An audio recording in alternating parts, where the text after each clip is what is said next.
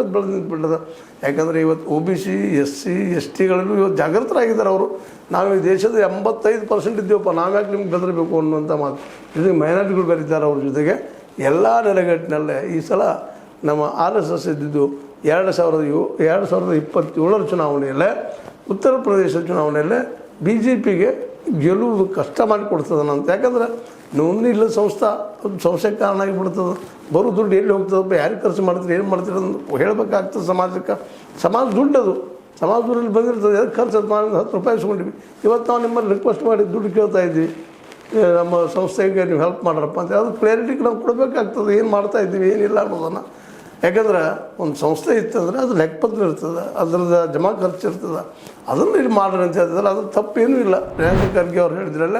ಅದೇ ಕಾರಣ ರಮೇಶ್ ಜಿಗಜಿಗಿ ಅಂತ ಪ್ರಜ್ಞಾವಂತರು, ಅದು ದಲಿತ ಸಮುದಾಯದ ಮೇಲೆ ಬಂದಂಥವ್ರು, ಅವರು ಈ ಪ್ರಶ್ನೆಗೆ ಇಲ್ಲ ದಲಿತರ ನಾಶ ಮಾಡುವಂಥ ಇಂಥ ಮಾತು ಮಾತಾಡೋ ಸಹಿತ ಅವರ ಯೋಗ್ಯತೆ ತಕ್ಕನಪ್ಪ ಇದು ಅನ್ನುವಂಥ ಮಾತು.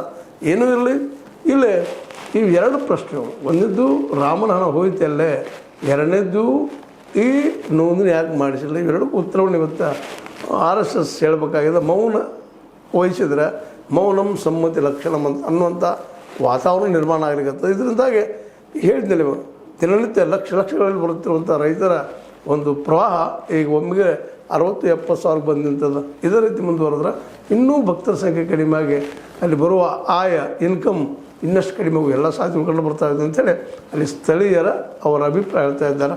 ಏನೂ ಇರಲಿ, ಈ ರಾಮನ ಹೆಸರಿನಿಂದ ಅಧಿಕಾರ ಪಡೆದಂತಹ RSS ಪಡೆದ BJP ತನ್ನ ಅಧಿಕಾರವನ್ನು ಉಳಿಸ್ಕೊಂಡು ಹೋಗುವುದಾ ಅನ್ನುವಂಥದ್ದು.